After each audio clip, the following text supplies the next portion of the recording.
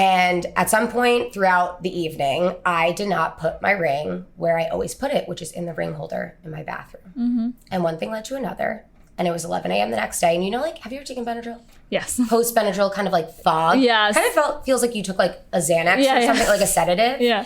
And it was 11 a.m. I like got back from the gym, like was like drinking my water, making my coffee. And all of a sudden I was like, where's my ring? Holy shit, where is my ring? You are listening to The Clear Cut Podcast. I'm your host, Olivia Landau, founder of The Clear Cut. Welcome to The Clear Cut Podcast. I'm so excited to be sitting down with Kelly Stranick, aka Kelly Grace Mae. She is a content creator and going to be an esthetician very soon. Esthetician in training. Fingers crossed. If all goes well. I've had multiple people come up to me being like, oh my God, you know my favorite TikToker. And I'd be like, who is it? The Kelly Grace Mae. The front desk girl at Solid Core, another person. And I was like, oh my God, she's the sweetest. They're like, is she as nice as she seems online? Oh my God. So just letting you know, you have hardcore fans out there. That's so sweet. I feel like I have so many Pilates instructor like girlies out there because every person who has told me like someone knows you and like they're a fan of your content is a Pilates instructor. Yeah. So I don't know if everyone's just a Pilates instructor or if it's just like I'm really speaking to that audience, but I'm so happy about it. Yeah. So you're really getting your message across. Yeah, totally. So tell me, I know like when we first met, you had just started making TikToks and you were working full time in like corporate and tech. How did you start this like content creation career? That is a great question. It was kind of like a happy accident. So I actually like never had TikTok on my phone, like until summer of 2022, like as a consumer, like I wasn't scrolling TikTok. I didn't have the app on my phone. And then I just like felt like I was kind of missing out. Like everyone was getting like funny memes and I wasn't getting it. So I downloaded it. And then I naturally started just like making TikToks that I thought were funny. Nothing gained any traction and it just like wasn't something I was doing intentionally by any means until like March of 2023, I had like a video go viral and it was a video literally with no caption, no hashtag. I was like shaking the phone. It was like 6:30 in the morning and I was just kind of like speaking my truth. I said like something along the lines of like, unfortunately, if you go, you know, to yoga in the morning and you like drink water and you meditate, like you will feel better. Like, don't be mad at me. I'm sorry. Like, this is just the truth. And I was literally shaking the phone and that video got like millions of views. And that's it's so when, like, random what goes viral. So random. Yeah. And you almost don't want to be viral. Yeah. I'm like anti-virality. Oh, really? Why? Because you end up on the wrong side of the internet really fast. Oh, yeah. Really, really fast. Yeah. But it does like help get things going. So that's like what got things going for me. And that's when I realized like, people aren't looking for like the perfectly curated feed with everything like edited and perfectly aesthetic. Like people just want to hear, at least me, like gab, like just like spew my train of thought. And that's just what I started doing. And then that's like when things started to pick up. And so I was working in tech. I was a customer marketing manager at a tech startup, fully remote. And I like rode that wave for a while and I really enjoyed having the stability of like a steady, you know, 6-figure tech income. Because I think when we talked, you're like, I would never be a full-time content creator. And honestly, I kind of still stand by that, even though it's like my main source of income right now. I am an esthetician school, which I'll kind of like, I'll skip ahead. So I was just working remote for my corporate job. Never was really connected to it, like didn't really see that being my long term. I'd always wanted to become an esthetician, but like you have to go back to school. There was all these buts and ifs and like, when will that happen? And as I started getting like closer to my wedding and like, you know, I'm starting to think about like having a family someday, I was just like, when am I gonna have time for this? Probably never. So it kind of just, the opportunity to leave my job, I actually like joke and say I was invited to quit my job because I was like one day, it was actually kind of crazy. The day after I inquired about esthetician school and spoke to like an academic advisor, I like filled out the paperwork. I started my application. This was a Thursday. Friday, I log on to work and I get a message from my CMO that my manager had been fired. And I was like completely caught off guard. He had been in the company longer than anyone else, like in the marketing organization. And my CMO messaged me and was like, hey, like your new manager is going to be reaching out to you to like chat, whatever. So the new manager reaches out to me and like sends me a Zoom link. We get on the phone and he's basically like, look, you seem like checked out. No one knows about my TikTok at work, by the way. Oh, also. really? How? No, because they're all like boomers. Okay. Like, and it was like, I only worked with men, like they were not on TikTok. They weren't on your side of TikTok. They were not on my side of TikTok. Like that is for sure. And he was like, look, you seem like checked out. If you want to be here, like we will invest in you and like you can grow your career here. But like, if you're not, like we want to have people here who are like fully committed. Where do you stand? And I basically like turned bright red, which I don't really do. And I was like, can I have a second? And I like turned off my camera and I went and did some deep breaths and I was like, I'm gonna do this. And like Andy wasn't home, my husband wasn't home. And I just was like going with my gut so hard. I'm like, when does this happen where someone asks you like, do you want your job? Like, do you want to keep your job? So I sat down and I was like, look, I had a great run here. I really want to be an esthetician. He was like, what is an esthetician? I was like, such a fair question. Explained to him what an esthetician was. And I was like, look, I am happy to like ride this out for a little, like create a transition plan, help you guys find someone new, like whatever you need. I don't want to like quit tomorrow and it be my last day, but like, I think this is the sign I needed. And yeah, so my last day was like January 15th. And I took about a month and a half off between quitting my job and going back to school, which was really nice. And I like intended on doing, you know, all this content creation, but that month and a half buffer was when I realized that I could never be like just a content creator because I didn't have anything to say. And what happens when you have nothing to say? Like then what happens, you know? So I'm glad that I am investing in myself. Like school is no joke. It's, you know, I'm doing a full-time program. It's 4 months, you know, 9 to 4:30 every day.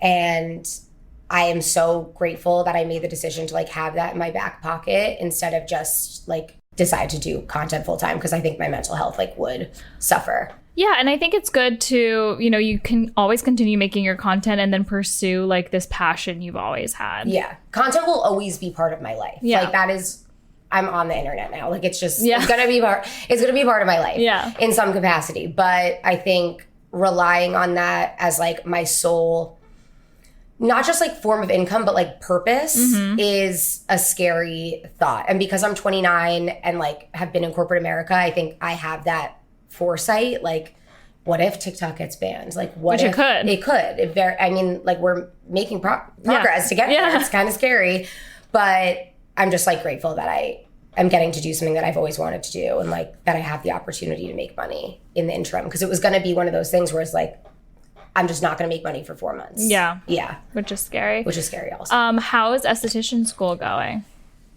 It is so much harder than I thought it would be. Like next time you get a facial, seriously have some respect. Like these people learned about the 12 cranial nerves for you, like for no reason. So it's a lot, but I start my in-person program next week. So I'll be like actually commuting to Times Square to be in person every day. I've been online for the last 2 months, which is like a weird experience. Yeah. You know, like sitting down, camera on, 9 to 4:30. And you said you have a mannequin that you practice on. Patricia. I just like started working with her a month ago. We love each other, but she's like a little high maintenance. She needs a lot from me. So I'm excited to like be in person, like with other people in the environment, not just like in my house. Right. You know what I mean? Because it's a lot to digest and like you can't really connect to it. And then what are your future goals like once you graduate? In a perfect world, I would love to go work under someone like a Joanna Vargas or like work at like a big name place, which is not realistic. And they prep you for that in school. Like your first job is probably not going to be your dream job, which is totally fine. But I mainly just want to go work under someone who like knows what they're doing. I think I would be doing myself a huge disservice if I tried to just go out on my own and open a spa or like a personal practice by myself off the bat. So ideally I go work under someone for like 1 to 2 years and then open a individual practice at some point, like where I have a spa of my own. I don't know if that's like going to be in New York. Probably not. It would probably be in the burbs at that point. But that's the ultimate goal. My sister and I have always wanted to have a spa together. Oh, she's going to join you? She'd be like the business mind. She's very like get shit done. Can I curse on here? Sorry. Yeah. She's like a shark. Yeah. And I'm more of like the creative, like fluff. You know what I mean? Sounds like a great partnership. Yeah. Like we balance each other out. Like every skill I don't have, she has. So I look forward to learning more about your esthetician journey through your content. I've been like really slacking on making content about it, but that's just because like at the end of every day, I'm so tired. Yeah. Like my brain has hit max capacity. And it's like the last thing I even want to think about at that point. Yeah. That makes sense. Yeah. So taking a little bit of a shift Yes. In our conversation, we first met because you were replacing your engagement ring. Yes. I just want to touch a little bit upon, how did you meet your husband? How was the proposal? Why did you come to us? And all of that background story Actually, time. I realized that like I haven't talked about losing my ring in so long, and everyone was like, "You lost your ring?" Like question mark. So to answer your first question, I met Andy in San Francisco in 2019 on Hinge. She was my first and only Hinge date. Is the app that's meant to be deleted? The app that's meant to be deleted. I did not download it with the intention of deleting it. Like I was freshly 24 in a new city. I was like, we're going to go date 150 people. Like that was the plan. And that didn't happen. The first date, I was like, this is so God's plan. It's like uncomfortable. Because your first Hinge date? Yeah. Wow. Yeah. So one and done, which I know that's not everyone's experience. And like my heart is with you because I've heard it's grim times out there on the dating apps. But so we met in San Francisco. We were together for 3 years before we got engaged. We got engaged in Newport, Rhode Island. I was so caught off guard. I like knew it was. You were surprised? I knew it was coming like in the next couple of months. It happened in March. I thought it was going to happen in like June. And I thought it was going to happen. Did you pick out your ring or anything like that? So I just like sent a picture and was like, let go and let God, and like sent it to my sister, my best friend, and was like, may peace be with you. Like, you can figure this out. My sister was very involved in the process. And actually, my best friend's older sister works with a jewelry company in Santa Monica, and she custom like designed it. Classic men, like Andy just went to the first person that he knew. Like he did not shop around. He was not like getting quotes from people. He was just like, I know someone who does this. Great. Here's the photo. Can you make that? Amazing. Easy. Yeah. And then like paid, and that was it. Yeah. And it was like the perfect ring. It was exactly like if I showed you a photo of like what I asked for, like it was the exact ring that I asked for. So I was like over the moon, but I was so caught off guard. Like it was a Friday afternoon. I had taken off like the afternoon to like go walk around Newport with Andy. I was not wearing any makeup. I was wearing Converse. Like it. So was, a lot of our couples that we work with like kind of know, and like I think a lot of couples now like plan the proposal, which I like kind of love. Yeah. What are your thoughts on like the surprise versus like the planning? It just like depends on what's important to you. You know, like I didn't even think it was important to me to be surprised because I didn't even really think about that part. I was just like, here's the ring I want. Like didn't really know when it was coming. Like when it happened, I was caught off guard because I thought that I would know when it was coming. You know what I mean? Yeah. And there was like a little part of me that was like, okay, we're going to Newport. Like maybe it would happen this weekend. But like my best friend is such an actress. Like she was like, why are you going to Newport? Like that's so random, and like completely gaslighting me. So I was just like, it's like, it just wasn't even like a possibility in my mind. But if being surprised is not important to you, then like I'm so all in on like you knowing what you're going to wear and like having it all planned out so that it's like this perfect like vision that you always imagined in your brain. You know what I mean? It is a once in a lifetime thing. So hopefully. So I'm like all for people doing it exactly how they want. You know what I mean? But I think that would have been like not authentic to me and like my personality. And like, I know Andy wanted me to be surprised and not know. So. Yeah. So that's amazing. So you got like caught off guard, dream proposal, like exactly the ring you wanted. Yeah. What happened to the ring? Okay. So before you like start like thinking or typing like she's an idiot, like how does someone lose a diamond? Like how does this happen? Like just like relax, because I've already had all those thoughts myself. You know what I mean? Like, I was mean enough to myself. So like, you can just keep it to yourself. So obviously when you get engaged, everyone gets you these ring holders, which are amazing, and you should have them everywhere. Like, you should have like the ones that you just like put your like you should have one in your bathroom, you should have one next to your bed, you should have one by your kitchen sink. Yes. So one night I took Benadryl before a work call because I was having an allergic reaction on my body, and I like didn't know what was happening. And at some point throughout the evening, I did not put my ring where I always put it, which is in the ring holder in my bathroom. And one thing led to another. And it was 11 a.m. the next day. And you know, like, have you ever taken Benadryl? Yes. Post Benadryl kind of like fog. Yes. Kind of feels like you took like a Xanax or something, like a sedative. Yeah. And it was 11 a.m. I like got back from the gym, like was like drinking my water, making my coffee. And all of a sudden I was like, where's my ring? Holy shit, where is my ring? Freaking out, looking around the apartment. Like, I had this vague memory of me putting it on my like acrylic desk during the work call. Like, cause I felt like I was kind of like fidgeting with it. I was like, did I take it off and put it on the acrylic desk? And it was nowhere to be found.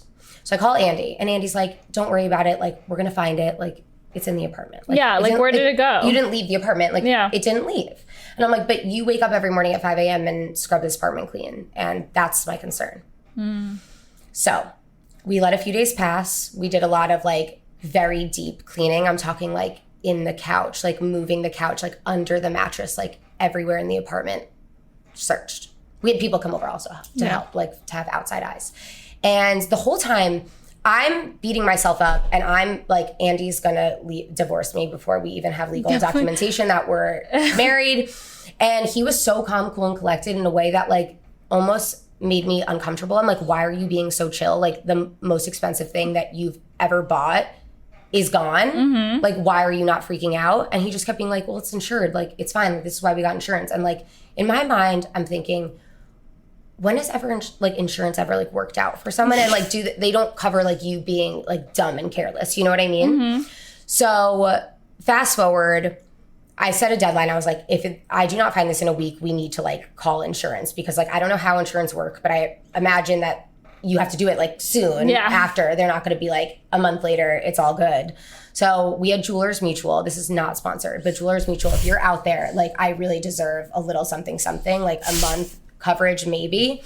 So I called Jewelers Mutual. We like started filing the claim, and I was like documenting everything in so much detail, but like the whole time I was going through it, I'm like, this is just so like dumb and like careless, and like, how does this even make sense? They're gonna think I'm committing insurance fraud. Like, this is wackadoodle. And ultimately we did come to the conclusion that it was thrown out, because we since moved out of our apartment, and there's just literally no other way. You think you threw it like in the garbage? I think Andy threw it in the garbage, but I'm not gonna throw him under the bus. Or I don't think that he intentionally threw it in the garbage. No, it was accidental. But like, he was like, it was 5 a.m. It was dark. Like, it was December when this happened. So like, you know, the sun rises later. Like, I think he's just like in a like flow state cleaning, and it got thrown in the garbage. But in my head, I've like wrote this beautiful story that I want to share with you. Okay. In my mind, like, this is where delusion like helps you feel better.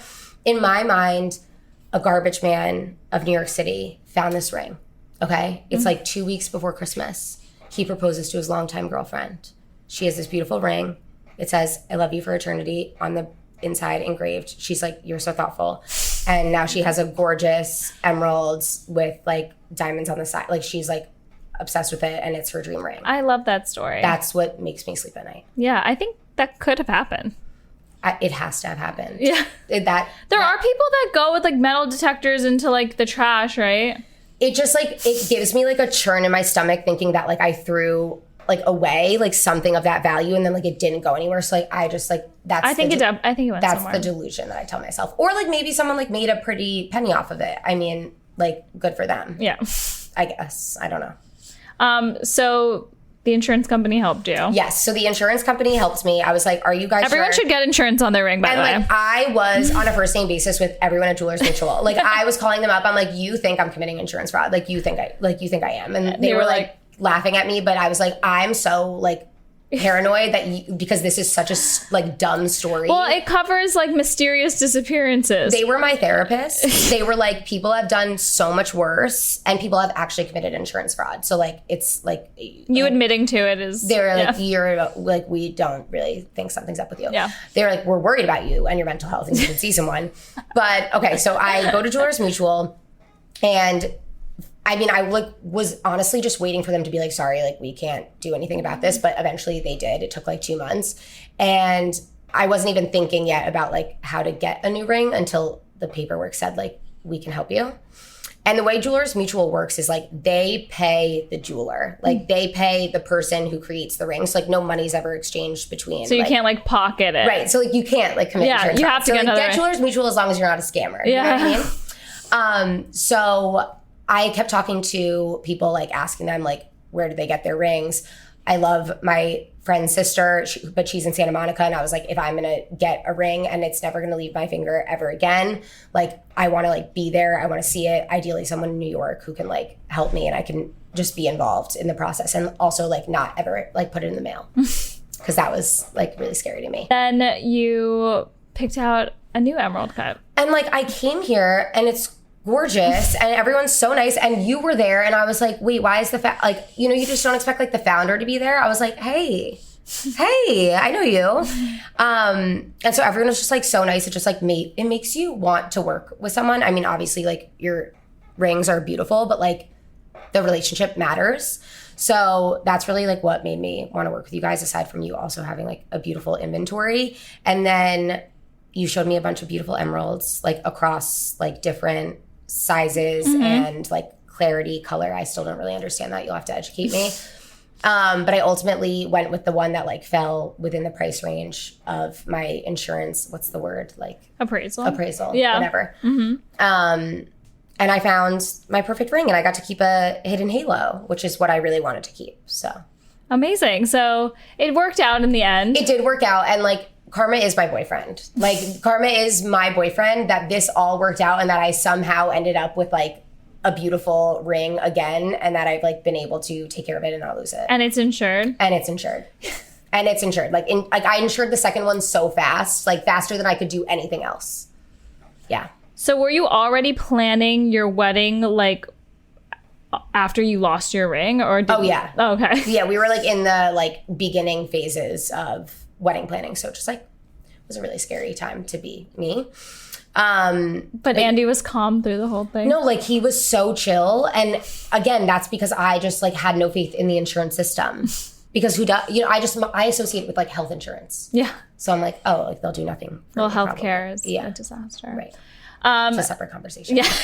For people like probably like in a different like category than us. Yeah. Tell me a little bit about how you approached wedding planning. Your wedding looked beautiful and amazing. I am like so honest about the fact that like I did like nothing in my wedding planning process other than like be the vision, like be the Pinterest board. I hired Veronica Joy Events, who did my full service like wedding planning. How did you find them? So she is a family friend, but she's also like really good at her job. And I just like knew I needed to work with someone who could talk to me like a little sister. I could be myself with, like kind of understood the assignment and like understood me as a person, because I'm like very chaotic and I'm also not type A. Like I just was not suited for wedding planning in any way, shape or form. It's like a full-time job. No, it really is. Yeah. Like I really don't think anyone should plan their own wedding like to the day of. Yeah. Like everyone I think should have like a day of or like month of coordinator just so you can just like enjoy your life. But I approached wedding planning with Andy in the sense of like, well, we had a rule actually after we were like, we're not going to talk about our wedding for a month after we get engaged, so we can just enjoy this, because I don't. That's a good rule. It's a good rule, so you can just like chill for a second. I literally got engaged and like booked the venue like that day. I feel like that's most people though. Some people have their Book it venue before. Yeah. I know a lot of people who've Yeah. done that. Yeah. And like I get it. Like times are crazy out there. Like venues are booking up. So at first we were going to get married in Lake George. We were like at the point where we were going to sign a contract, and then like something in my gut was just like, that's not the right thing for us. Like we shouldn't do that. And I called my wedding planner and she was like, if something in your gut, she's very like woo-woo like me too. She was like, if something in your gut is saying no, like it's not for you. Like let's not do it. But we'd already booked her for this date, September 9th. And she had no other weekends in September available. We had booked her based on like we were getting married at this venue and that was the date that they had available. Yeah. Okay. So she was like, check out this venue. I think like they might have September 9th available. I'm going to inquire. Like they only do a handful of weddings or something a year. I'm going to inquire about September 9th, but like look at the venue with Andy. And it was Wave Hill, where we ended up getting married. And it was like so beautiful. I couldn't believe it was in New York. I was like, how have I never heard of this? I called my dad. He was like, I love that place. Like everyone besides me apparently knew about it. So we ended up reaching out to them. They had September 9th available. It was their only September date. And it was fate. And at this point, it was June or July of 2022. Okay. So a little more than a year out. Yes. Okay. And so like that was their only September date of 2023 available. So I was like, that's also a sign. Yeah. So we ended up going with Wave Hill, and the way we just like approached everything was like, this day is about us. And I know that's really hard for people to like keep in perspective during the wedding planning process. Like it can so quickly become about like all of your parents, your family, friends, and obviously like there's so much drama. Yeah. And like other people's opinions, and like I did a really good job of not asking people for their opinions, like, and that was intentional. I'm like a big avoider of opinion shopping in general. Like, I just think it's like a gateway drug to like not knowing who you are or what you want in your life at all. I found that out separately right now, asking people about baby names. I'm stopping to Don't ask people. Just surprise them. Yeah. Just surprise them. It will make sense to you. Yeah. And your future child. Do you know what you're having? A boy. That's why you look so pretty. Really? Yeah. Because the girls take away your beauty. I like really like weirdly believe in that. I don't know why. I was a little gender disappointment, but I think it's going to be okay. You're going to be obsessed with him. And you're going to be like, you're literally never getting married or leaving the house. Like you're mine forever. Like you're going to be obsessed with him. We're going off topic. We are. Yeah. That will happen with me. But yeah, what was your vision for your wedding day? I always envisioned it like, I wasn't one of those girls though who always envisioned my wedding, but like when it came down to like, what's the vibe? Like, what do you want it to look like? I always pictured it like colorful, non-traditional in the sense that like, I wanted it to be like a party. I wanted it to be like a rager, and I wanted to feel like a rager. Mm-hmm.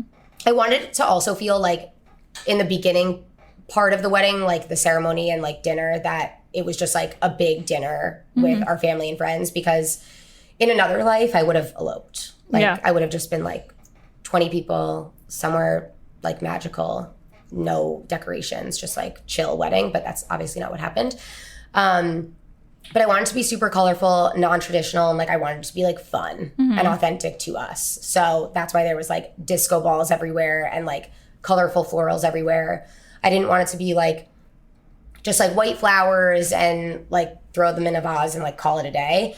But I didn't know how to execute on that because like I'm me.